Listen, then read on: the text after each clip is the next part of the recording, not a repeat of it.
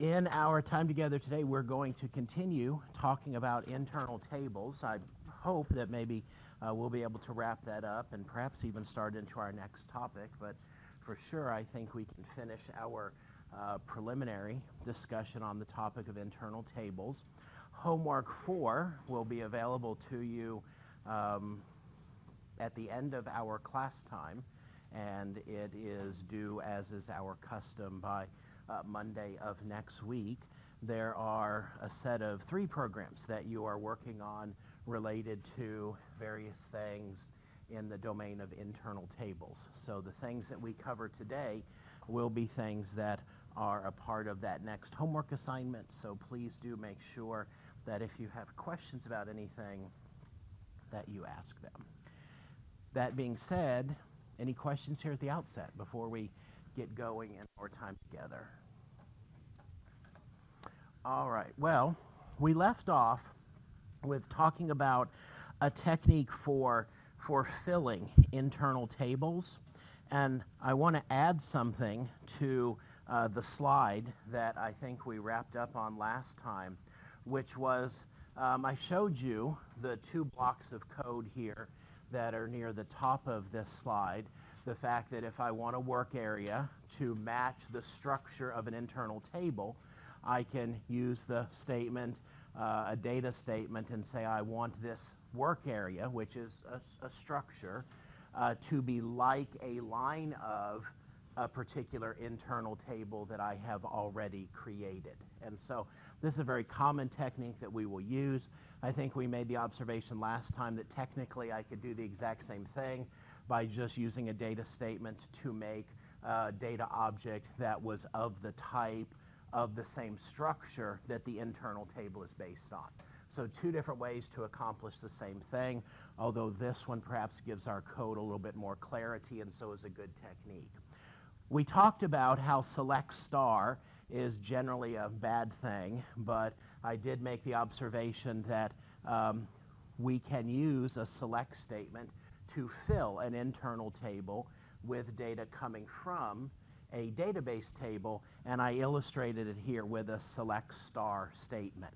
Now, one of the things that we did not talk about, but which is rather critical here, and why this line of code in the center of your slide is somewhat dangerous, is what if my internal table is not a replication of the database table? For example, suppose my internal table has 5 fields and my database table had 55 fields in it.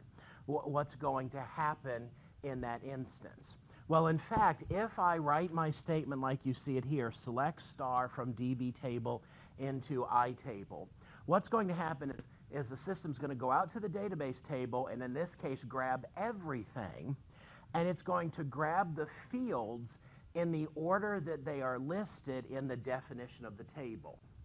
And it is then going to copy that data into my internal table, basically taking the first field in the database and putting it in the first field of my internal table, and the second field of the database and putting it in the second field of my internal table, which could potentially be problematic if my internal table, for whatever reason, doesn't exactly match the structure of the database table. So how can I solve that and make sure that I don't inadvertently create a problem for myself? Well, that's this last point that I added here.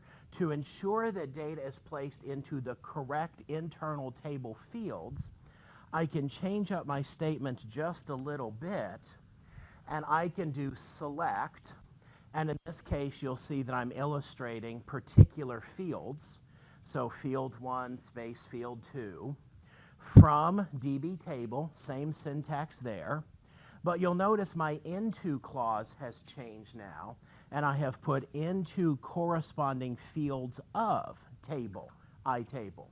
So now at this point, the order of the fields doesn't match. What the system is going to do is it's going to match the field names. So if hypothetically, in my database table, well, you can see in my query here, I put field 1 and field 2. Maybe in my internal table, the structure is such that field 2 is actually appearing in the internal table before field 1. Well, if that is the case, this resolves all of that, because what it is going to do is it is going to put things into the appropriate place, matching them up based on field name. Now, let me tell you something that this means you could do that you would not want to do, but is syntactically valid. What if I were to say, select star from DB table into corresponding fields of table I table, and DB table had 50 fields, and I table only had 2 fields in it? Well, in that instance, it's going to throw away the 48 fields worth of data, and it's going to take the field names that match and use that to populate the internal table. So the reason why we don't want to do that is I'm making the computer do work that it's just going to throw away, and I want to avoid that. But the merit of this into corresponding fields of portion of the statement is I know that everything is going to go where I expect it to go. If I don't use that syntax, then I could, in some instances, actually wind up with the incorrect data in particular fields, which is going to be very, very frustrating, of course, in the overall logic of my program. So I would suggest that there's no reason why you wouldn't want to incorporate the into corresponding fields of clause into every time you write a select statement. It just provides us a little bit of insurance. Now, hypothetically, let's assume for a moment that I did want to write a select star statement, because in my mind I'm thinking the database table has 5 fields in it. I need all 5 of those fields, so a select star makes perfect sense. But then maybe after my program was written, the design of the database table changed. Well, now all of a sudden, I could have a problem that I didn't have when I first wrote the program that I now have downstream, because fields were added, and now the computer, as a result, is putting the data in the wrong fields. So this into corresponding fields of clause kind of protects me downstream from anything that might be broken if the design of a database table would perhaps be altered. Any questions about this? All right, so I can tell you that for your homework, you are going to use the tables that we looked at when we were last together that relate to airports and airlines and flights and stuff, and you're going to populate an internal table with data from the database table, and then do some of the manipulations we are about to look at on that information. So that is where we want to head next in our discussion. But before we do that, any questions about any of this? All right, so moving ahead. So I have an internal table that I have defined. I just showed you how to fill the table in one fell swoop by pulling information out of a database table and putting it into an internal table. But what if I want to otherwise manipulate or work with my internal table? Well, there are operations that allow me to manipulate the internal table from a single record perspective. Let's say, for example, that I want to add something to my internal table. So I want to add a new record to the end of a standard table. Well, just like in the context of a database manipulation, we have an append statement. And so the way this would work is we would fill our work area with the data that we want to add to the table, and then we would just append it to the table. So append WA to the name of my I table, and now that's going to be added. So I do want us to practice with this a little bit.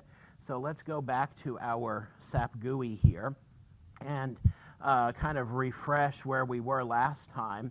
We created a person struct type that has first name, last name, and title. And then I created, just as part of my demo, this people struct.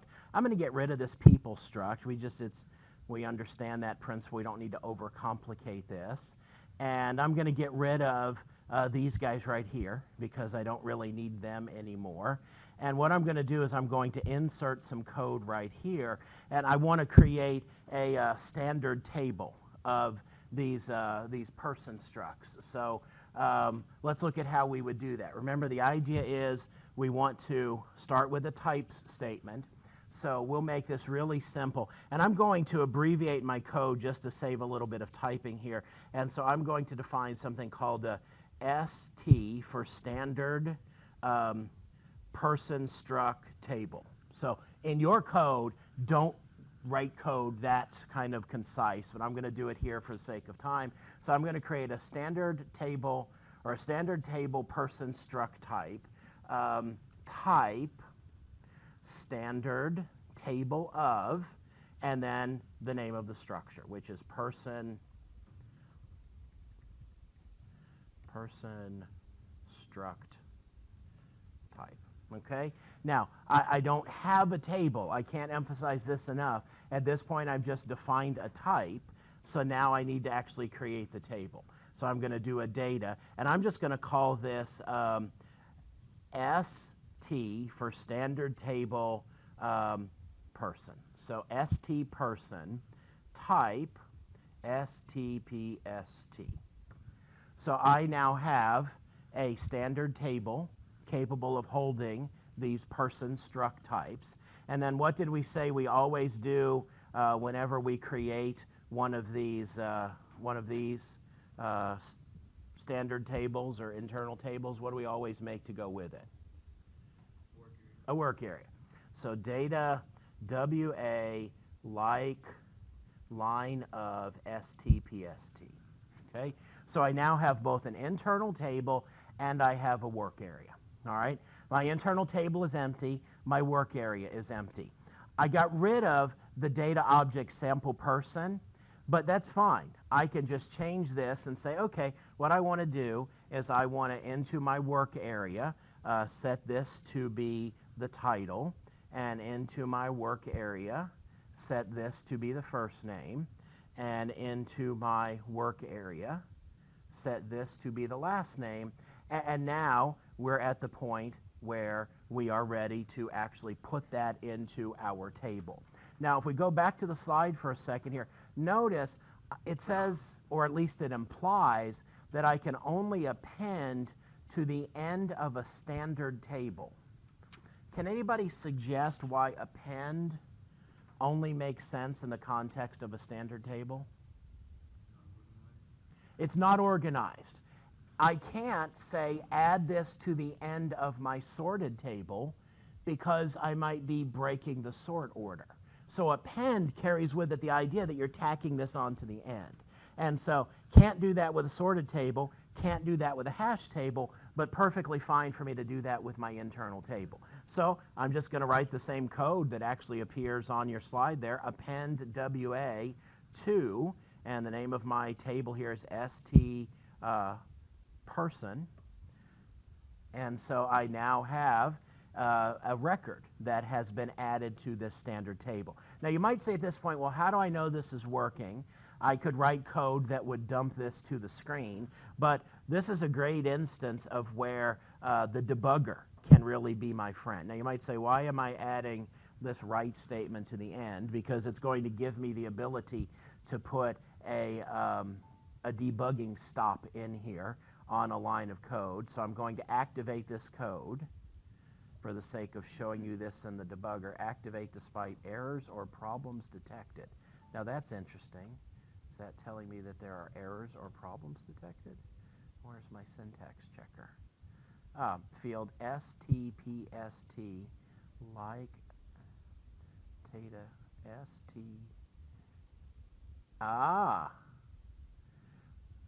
Nobody told me I made a syntax error. What is wrong with my code on line 17?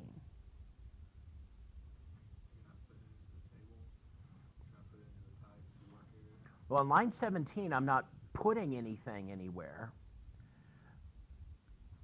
And I'm glad I made this mistake, although admittedly I didn't do it on purpose.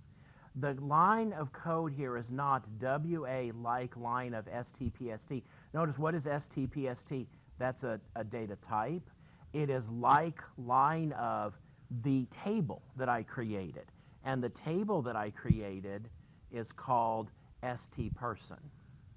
So that's the code that I need there. So I created a table called stPerson, and then I want a work area that's like a line in that particular table. So let's do a check, although I'm pretty confident this time. Okay, so I've got that. So I'm going to activate this guy real quick. And having done that, now I'm going to use the debugger. And let's do this. Let's put a stop here and a stop here. And so let's watch what actually happens here when I run this. And when it hits that first line of code, it takes me into the debugger. And really all we're focused on right now is I want to look at the value of certain variables. So my code's there on the left. I can really kind of ignore this that's here in the upper right. I think that actually technically I could probably close this. And so now here on the right side of the screen, now I have this variable watch list. So let's see what happens here. If I say, okay, show me what is in stPerson right now. Now you'll notice it gave me stPerson here on my variable watch list. And just as an aside, this is telling me that I have a table that is 0 by 3 wide, or 0 by 3 in dimension, which means that there's no rows, but there are 3 fields. So that makes sense. That's what we would expect to see there. And in fact now, if I double click on stPerson, it will show me my internal table. Title, first name, last name, all of which are character strings, and I can see that my internal table is in fact empty at this point. Well, I'll go back to my code listing here, and so now I'm going to, well, let's do this. Let's look at what's in WA. So if I double click on WA, I can see that it is a structure, and so if I double click on the variable watch list, that's what's in WA. Mr. is in title, Robert is in first name, and Johnson is in last name, and we can see technical information about it that we really don't care about, but this is what we would expect to see as what's in our structure at this point. So the next line of code where we're sitting right now, although I don't know that you can tell it visually, is we're getting ready to do the append statement. So if I have it step into that line of code to do the append, and then I'm going to pick the execute statement. Now, you'll notice that it took me to another set of ABAP code that clearly I did not write. This is the mechanics of ABAP actually doing the append statement. I can hit this return button now and return. You notice now, well, we jumped all the way to the end. Let's try this one more time. Those debugger buttons tend to be a bit of a pain. So let's do this. All right, we're back here, and I'll go ahead and put WA in my watch list, and I'll put stPerson in my watch list, and I have single step, execute, return, and continue. And I think the one that I want here is execute. Okay, so the append operation just happened. I know that because the cursor is flashing on line 25. So let's look and see now. If I look in stPerson, there's Mr. Robert Johnson. He has been appended to the table successfully. And so this is in fact working exactly like I had hoped that it would work, and there's my hi statement at the end. So just for the sake of having some things in our table here, let's do this. Let me append Robert to the table, and then after that, let's add Mrs. Roberta Johnsonian. Okay, and then we'll trying to save typing here, avoid making keystroke errors. We'll append her to stPerson. And I still have my control break in here that I think it'll let me use. Nope, it took it out as soon as I save this. So I'm going to have to activate again so I can use the debugger. And now it brings back some of my breaks here, but really I just need this one this time. So when I execute this,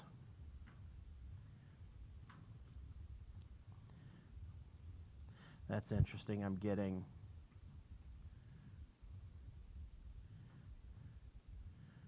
getting an error, or not an error really, the system is thinking about it. I hope this isn't a sign that we're having network. Okay, there we go.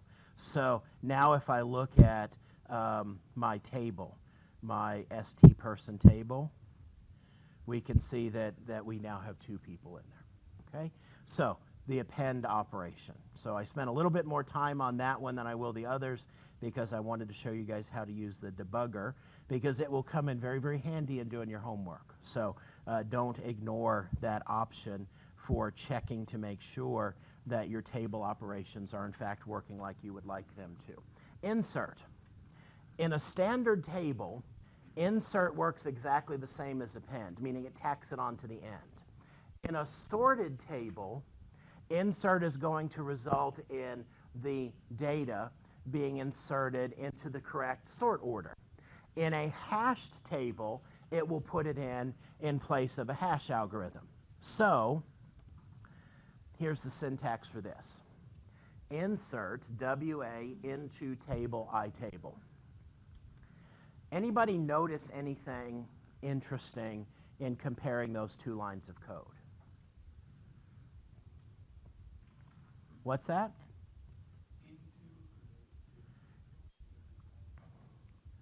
Yeah, notice that append, well, there's 2 things.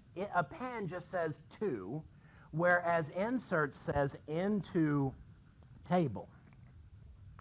Welcome to the magical world of ABAP, where you have to wonder why, and I cannot tell you why. You know, why does it not say append WA to table ITable? Don't know. Why does it not say insert WA into ITable? I don't know. All I can tell you is this is the syntax. So you append to, but you insert into table. Fun, okay? This is why, you know, having your notes handy while you're writing your code will perhaps save you a lot of headache.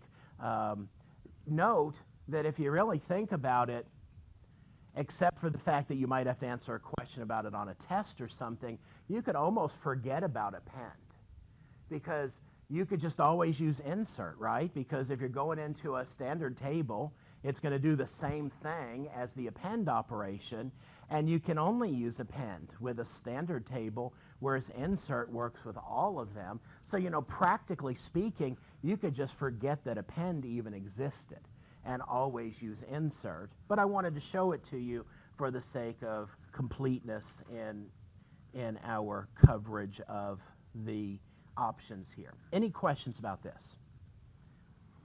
In industry, would you see more insert rather than append? I would think so. I think you could make it a good rule of thumb to just forget about append altogether.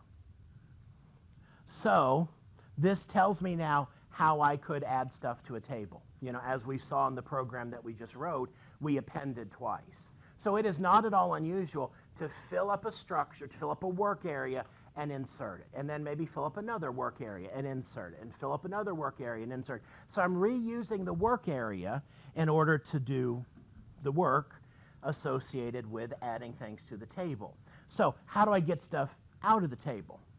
The read statement allows me to pull things out of the table and put them into the work area. It will copy a row in the table into a specified data object, which we're going to use the work area for. And there's 2 different ways that I can read. I can read based on a row number in the table, or I can read based on a key value. Remember we said that with our tables, there are a couple different ways that we can pull things out. With a standard table and with a sorted table, we do have the concept of a row number. So I could say read table, name of my table, index a given row number into WA. And that whatever's in that particular row now is going to be put into my work area.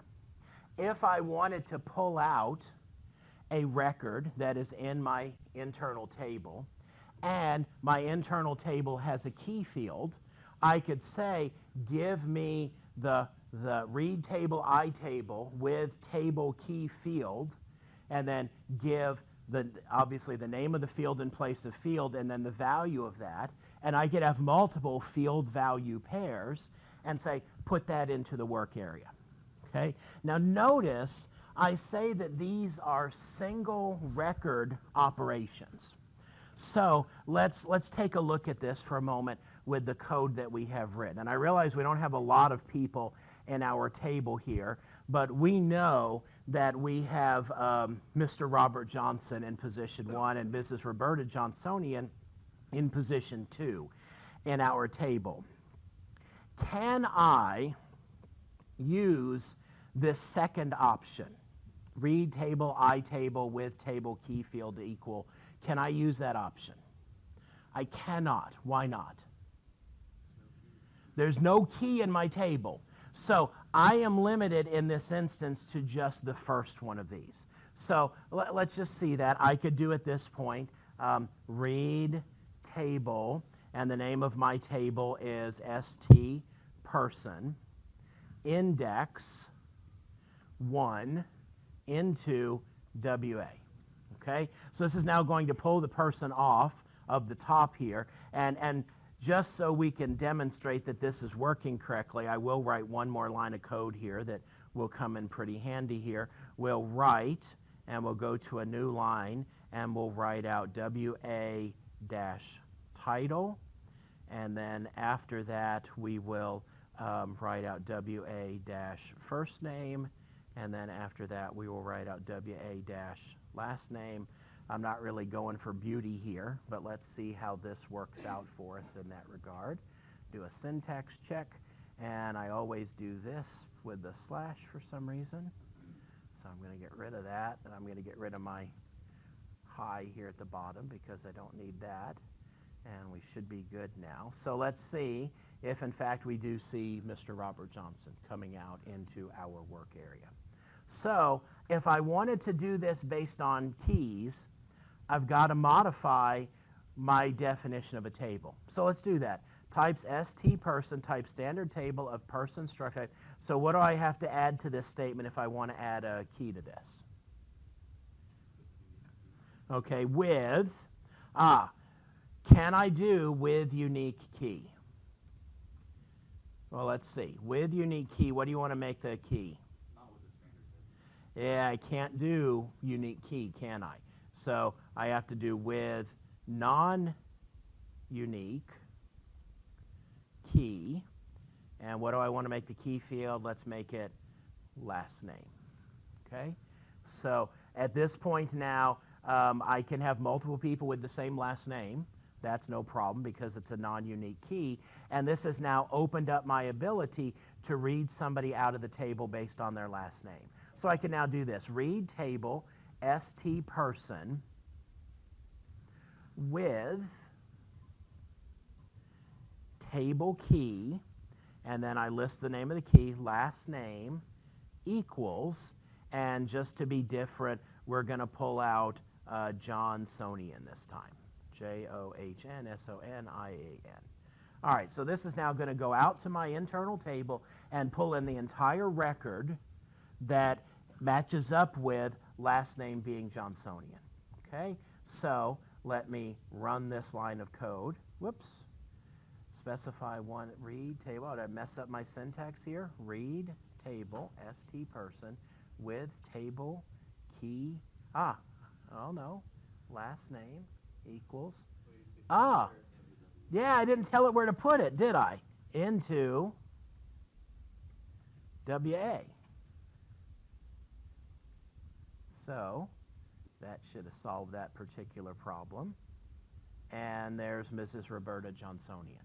Okay, now let's look at one other thing that might happen here. Suppose after I appended Mrs. Roberta Johnsonian, just to get some more people in my table here, let's add her sister, who is Miss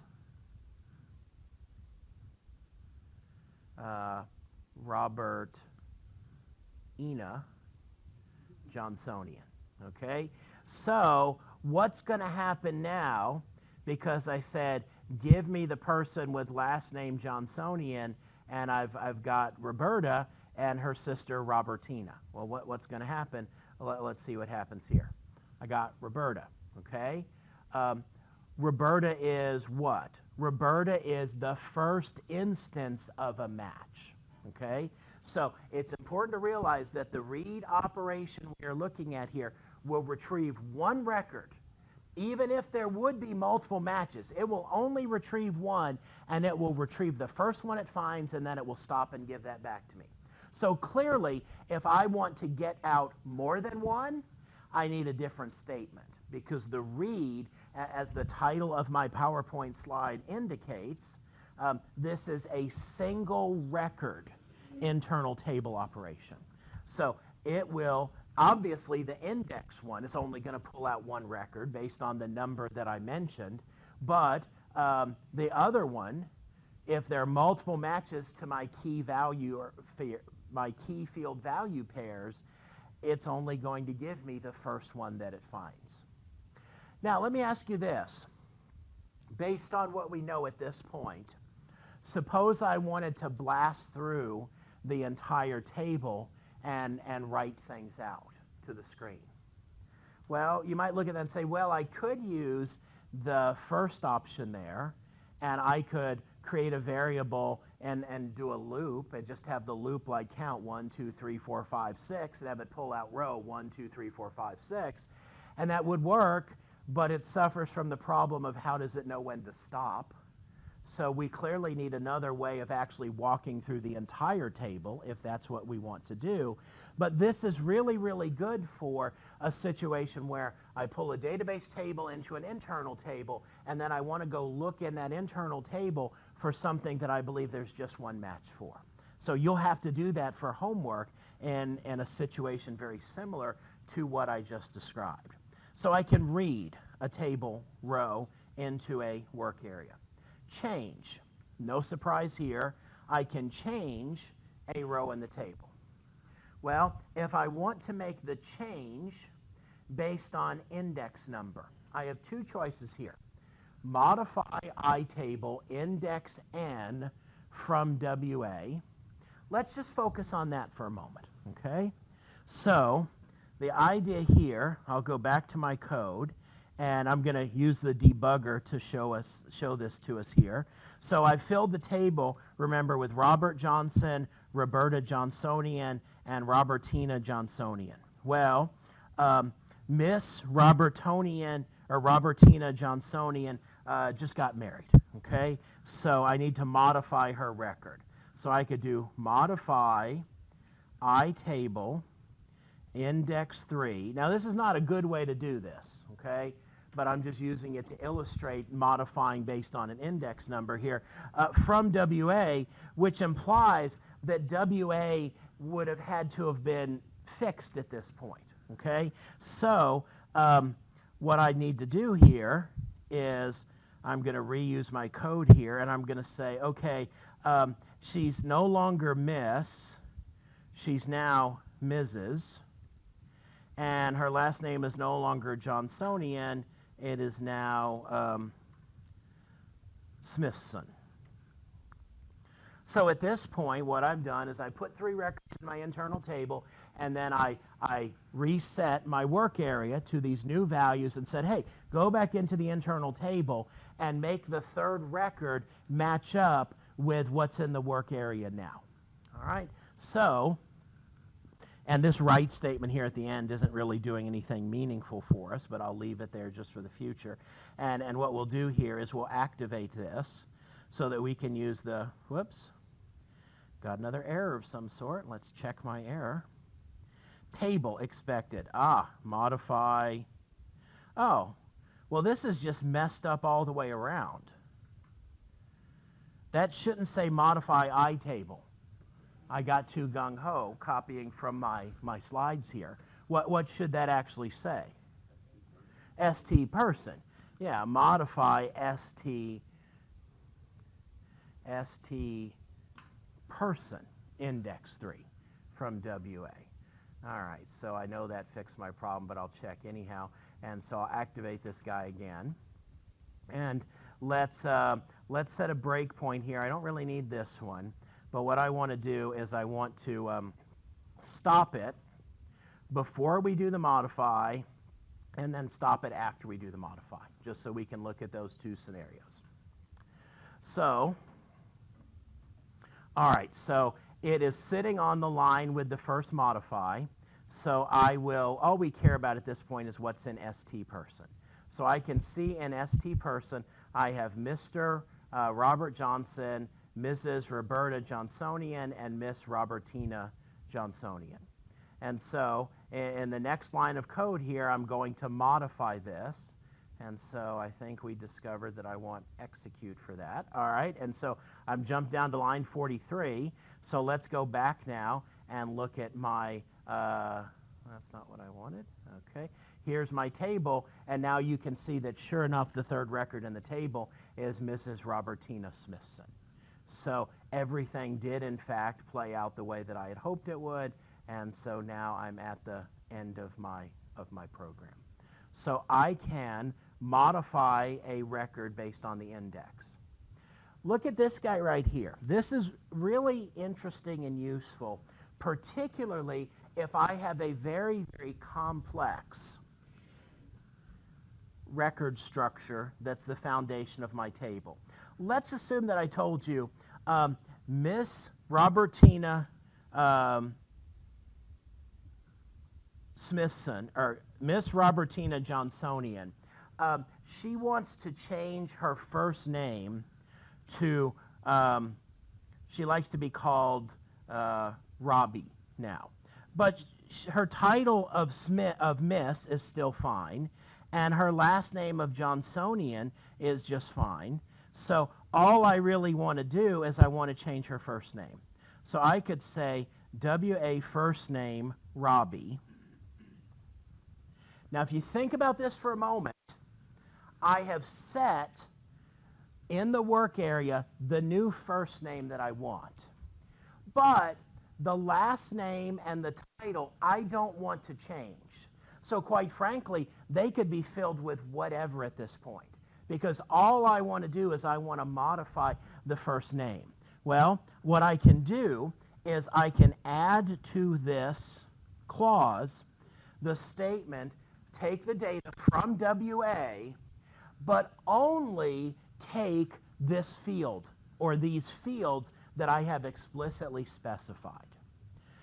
So in this situation, I could change my code to say modify ST person index 3 from WA transporting first name.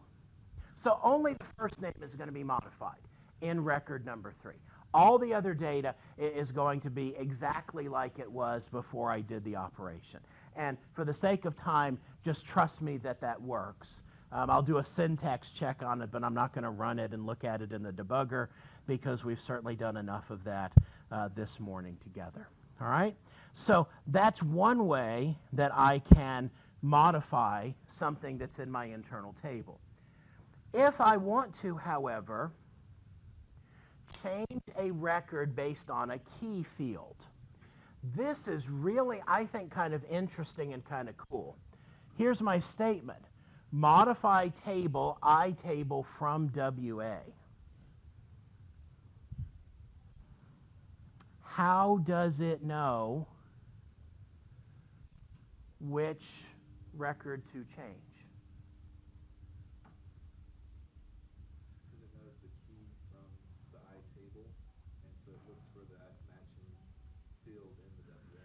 All right, so in our example, last name we had said was the key.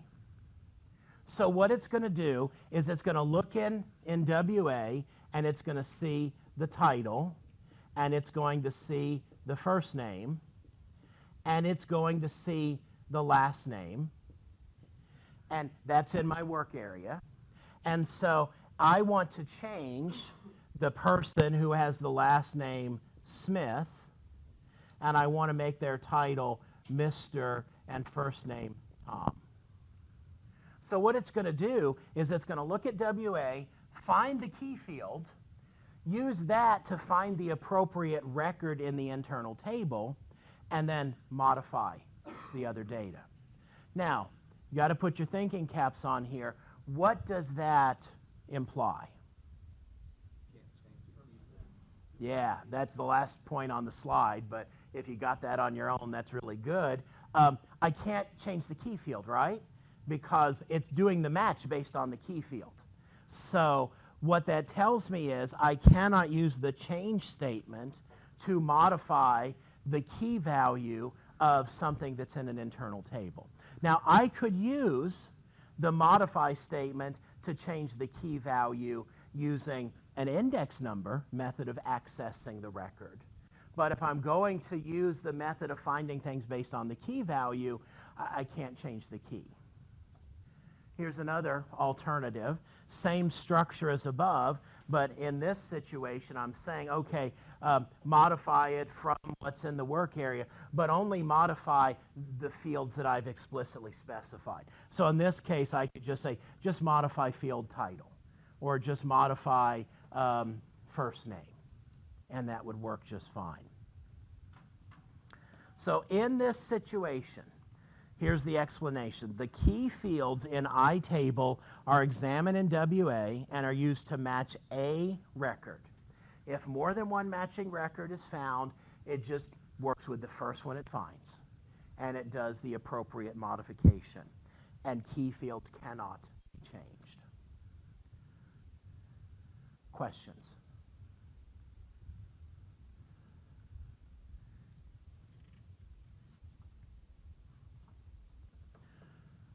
How could I therefore, suppose I did want to change the key field? How could I do that?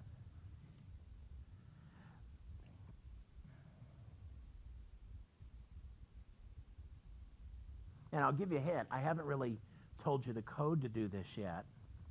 But just think about it. If I told you in a table you had to change what's in a particular record, and as a part of that you needed to change the key field, but the modify statement would not let you change the key field, how could you work around that logically?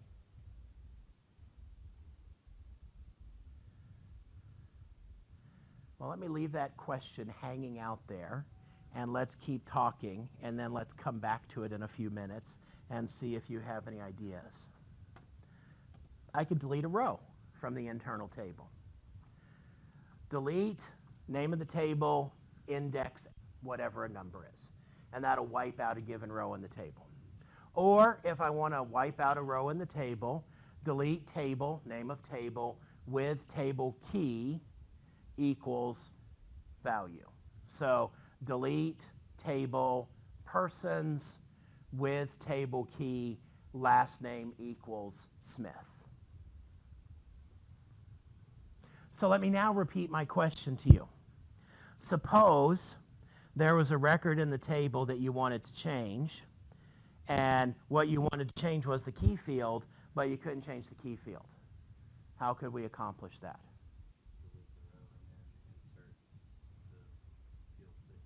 Okay, there's a step, though, that you missed before the first part. Yes, sir? Okay, I go get the old information, put it in the work area. Then I delete the record that I want to wipe out. And then I make the change to what's in the work area, and I insert it back into the table. Okay? You see where that accomplishes the same thing? Since I can't change whatever the key field is using the modify statement, what I could do is I could approximate that functionality by pulling the record out so I have it, deleting it from the table so it's gone from the table, modifying the record, changing only the parts of the record that I really want to change, and then put that back in the table. Easy way of solving this particular issue. Now, you'll notice subtly that this slide does not say single record manipulation, because you can use the delete statement to wipe out multiple rows in a table. You could say delete and then the name of the table from index. And what it's going to do is whatever that index number is, let's say it's 3, it's going to start on row 3 and wipe out everything after row 3. You could say delete table 2 index, and if you put 7 there, then it'll wipe out rows 1 through 7 and keep everything after it. You could, of course, do this using key values. So you could say delete the name of the table where, and then field value pairs, and it's going to delete everything that matches that. So notice, once again, fun ABOP syntax. This guy here at the top, delete table, name of table with table key, last name equals Smith, is only going to wipe out one record even if there are multiple Smiths in the table. Delete person table where last name equals Smith wipes out every Smith in the table. Yes, sir. When you delete by index, does it bump after records of index numbers? Yes. Yes. Yes, sir. Is the from inclusive? So if I said 3, would it delete 3? Or would it just delete 4, 5, 6, blah, blah, blah? It would delete 3. It would. Yes, it is inclusive. Good questions. Now, let's look at something here. Yes?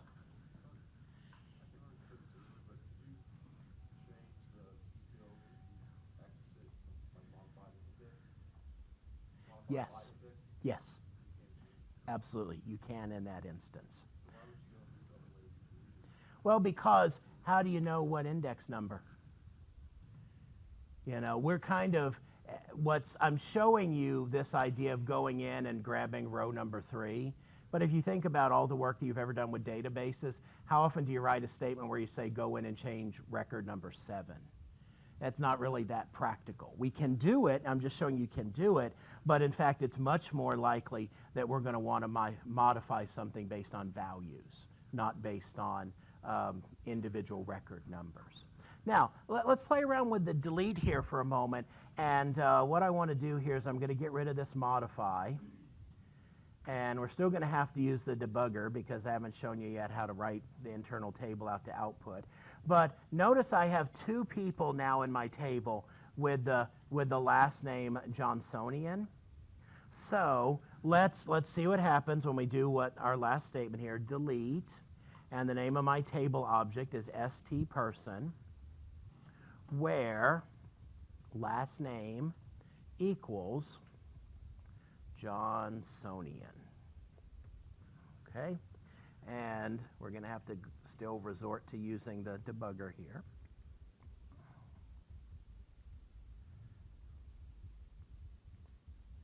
So I run this.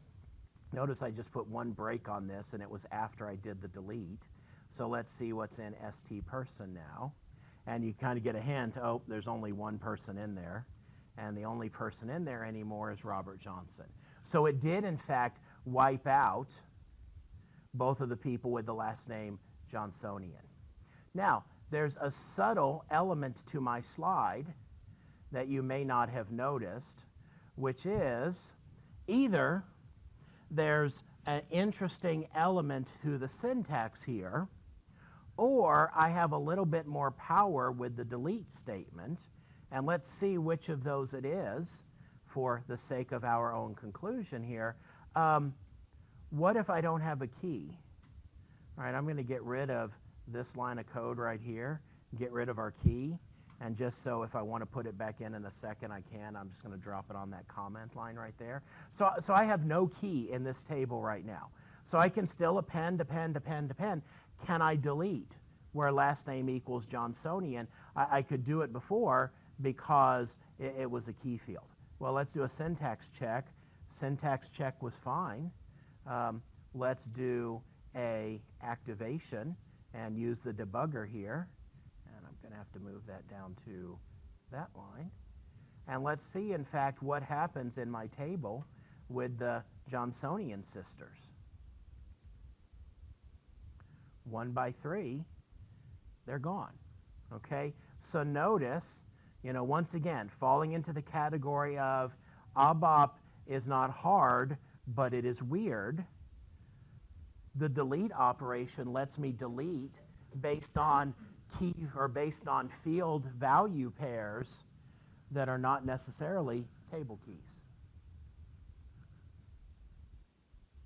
Questions?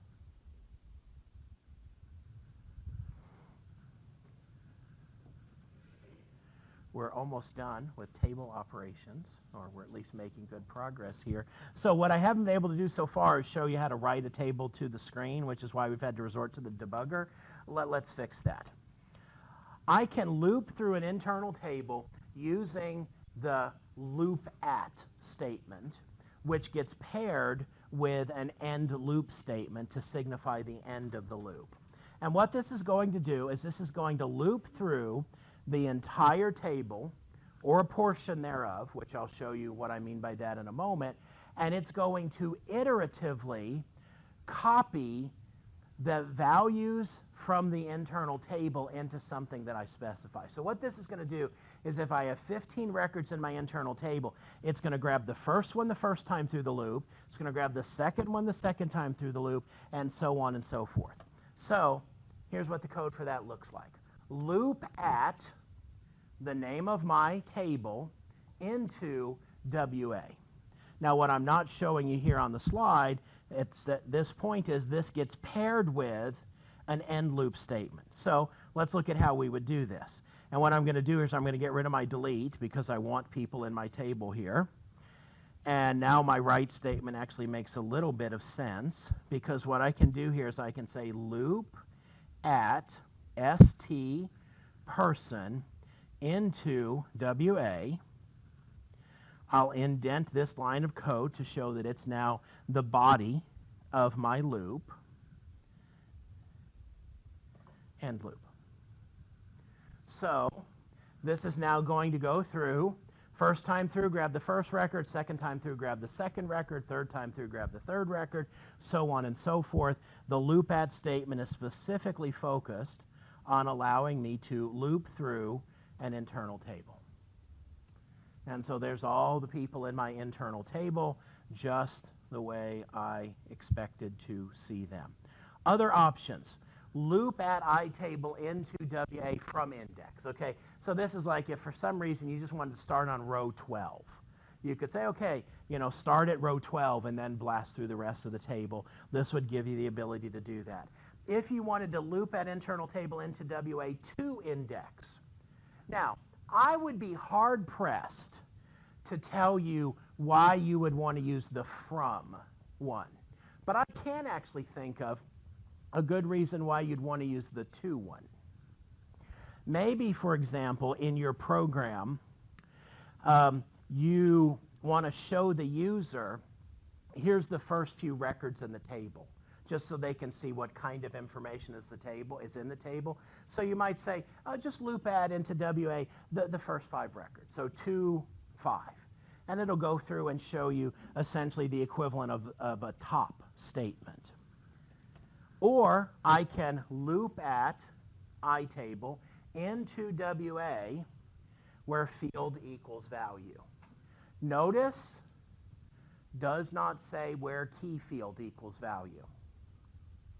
So I can pull out records that match.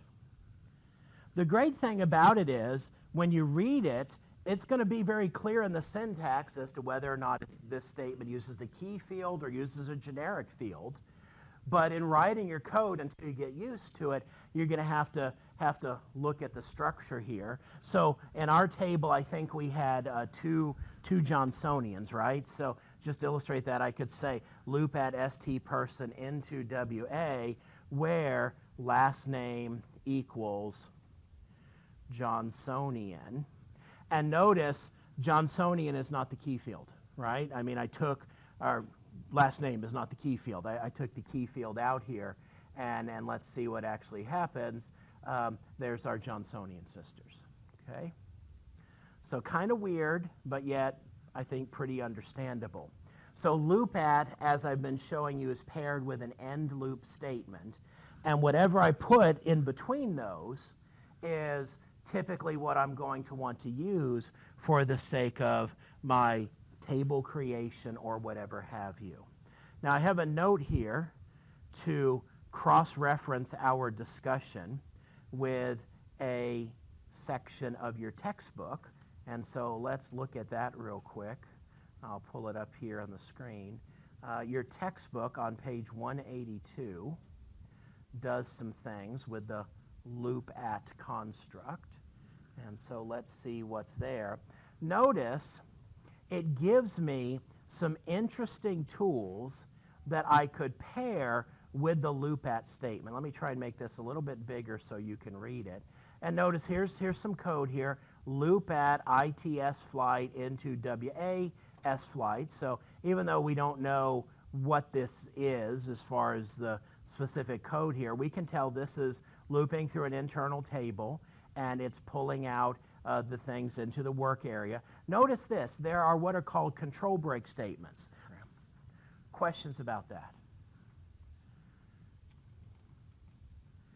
Remember I told you there was an insert statement. I showed you an insert statement that only inserted one line. Suppose I want to insert multiple lines in one operation. Well, I can do that if my source for the insert is not a work area, but it's an internal table. So I could do this, insert lines of iTable 1 into iTable 2. And so whatever's in internal table 1 is going to be put into internal table 2. Now the condition would be something like insert lines of iTable 2, last name equals Smith, into iTable 2. And in that case, it's going to put those in to the second table. If I don't specify a condition, the whole thing goes. If I specify a condition, then part of it goes. Let me show you one more. I have one more statement here, and then I will want to look at one more thing in our editor. Append. If I want to append internal table to another internal table, append lines of, name of my internal table, to iTable 2. And by the way, this right here is an error on my slide.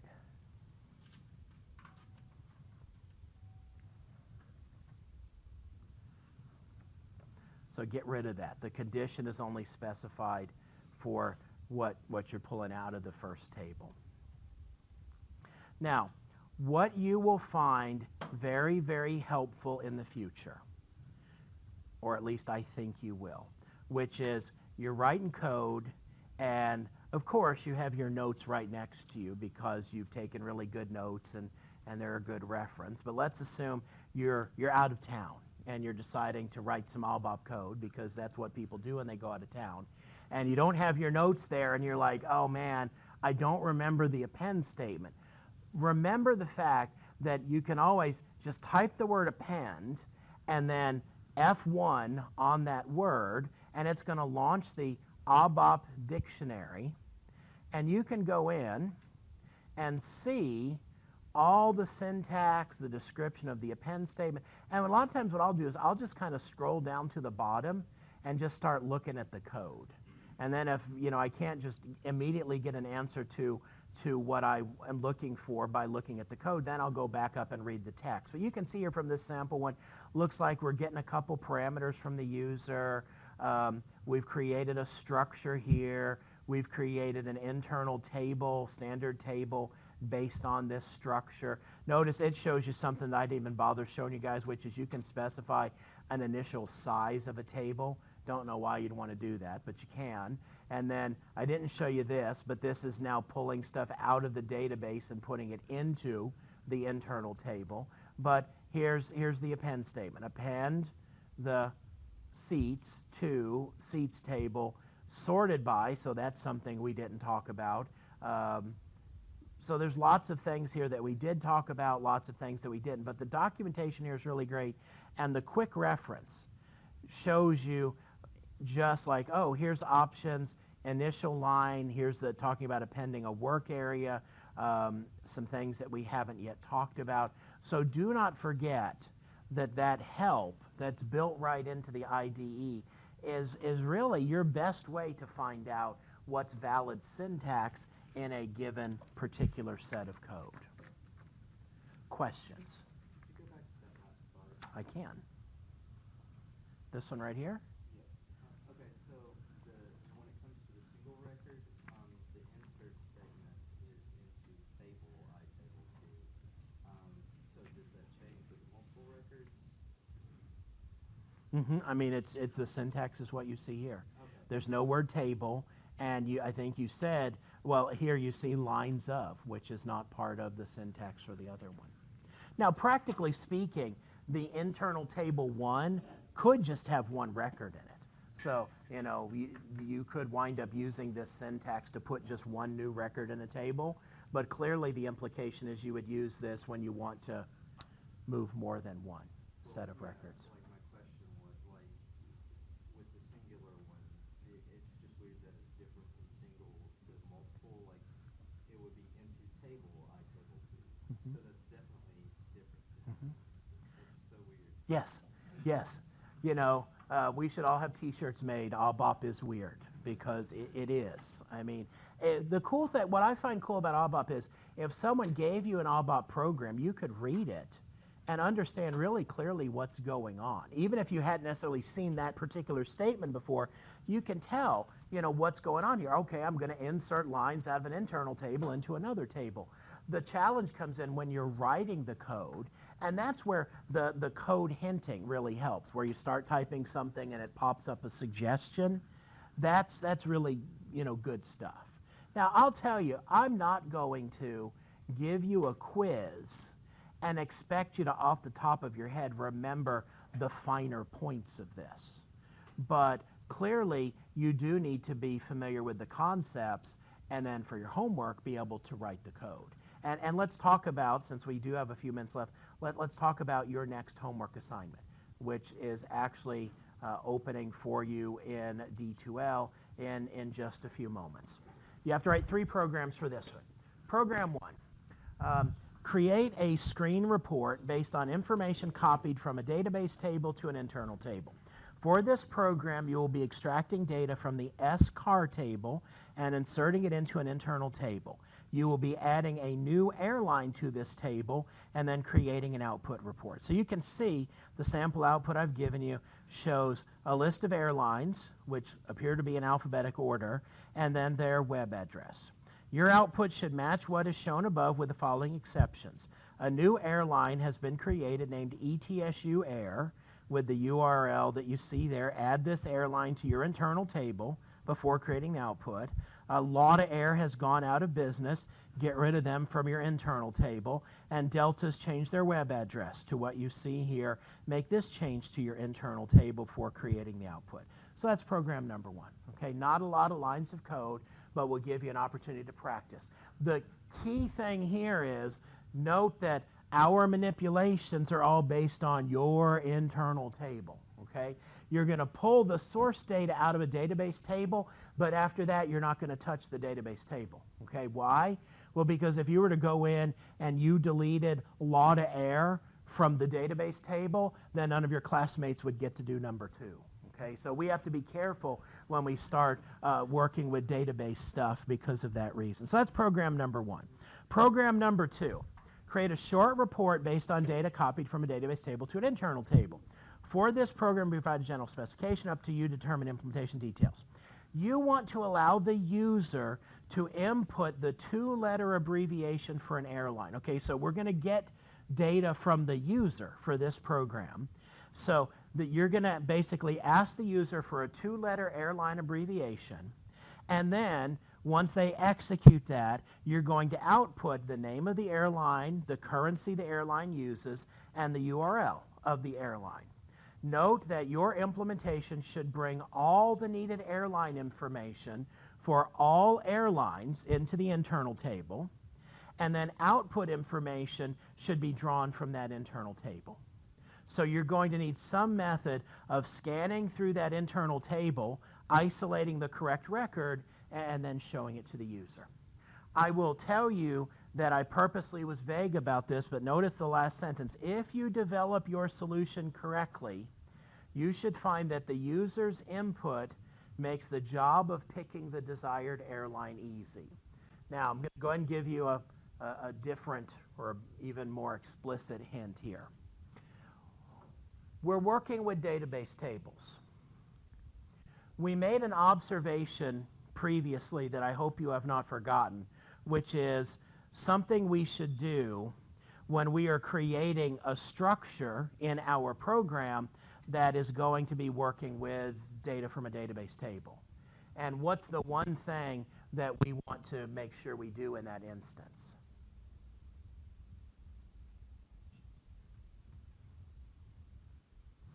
We should maybe put this on our t-shirt with Java or ABAP is weird.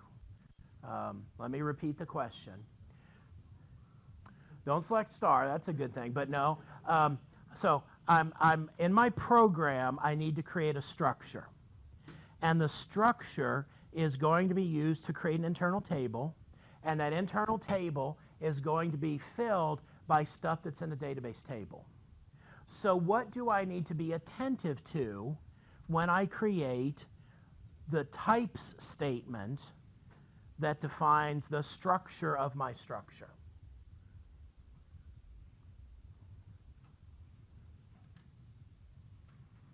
How do I know what data type to make the fields? Looking at the real table. Okay, and what about the real table am I interested in? The fields that you want to pull in, you want to know if they're unique, you want to know what types of data is in there, the names of the fields. Okay, you said one thing very accurately, which is you want to know the names of the fields, and you said something a little oddly that's not incorrect, but I want to know the names of the fields, and what else do I need to know about the database table beyond the names of the field?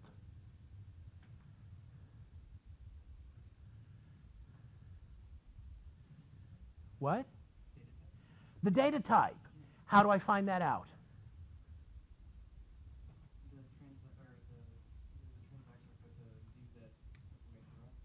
There is. So I'm going to run the transaction code, and I'm going to look at the definition of the database table. And I'm going to make sure that in my code, the data types that I use match what is in the database definition, which means that my data types are likely not going to be I's and D's and strings and C's. They're likely to be things that are based on what's in the data dictionary, which we'll talk about on Tuesday. But my last sentence there, if you do what I just said, you're going to discover something very interesting happens in your program that I will leave it up to you to actually discover on your own. But if you don't see anything really interesting happen, you've done something wrong, okay? So keep that as a hint there. But it's all based on this thing about data types. Lastly, program 3, create a program which will output mailing labels for travel agencies in the U.S. The format of the labels should be as shown below. The database table stravlag contains information on travel agencies. Take a moment to examine this table before work, and what your output should be the name of the agency, the street name, city, comma, state, zip. So you can see all British airplanes, 224 Tomato Lane, Vineland, New Jersey, 08965. And it goes on to tell you some things about manipulations I want you to make to your internal table before you display the list of the agencies sorted by name. So you're going to output a whole list of output that should be essentially mailing labels for each of the airlines in stravlag that match up with the specification here. So those 3 programs are your homework for this week. Questions? Yes, sir. Would you take screenshots of before and after? No, just after is fine because I'll look at your code to figure the before part out. Other questions? Yes, ma'am. Whenever it does give you those suggestions whenever you're typing, is there a way to take those suggestions? Yeah, you just hit the tab key. Hit the tab key, accepts those. You know, you can actually, you in the controls for the IDE, you can set the delay. You have to hit the tab key pretty quickly. If your reflexes are too slow, you could go into the settings and say, make the hint show up for a longer period of time. But the tab key is what you use to accept them. All right, have a great afternoon, everyone. If you didn't sign in, Please make sure you come do that before you head out.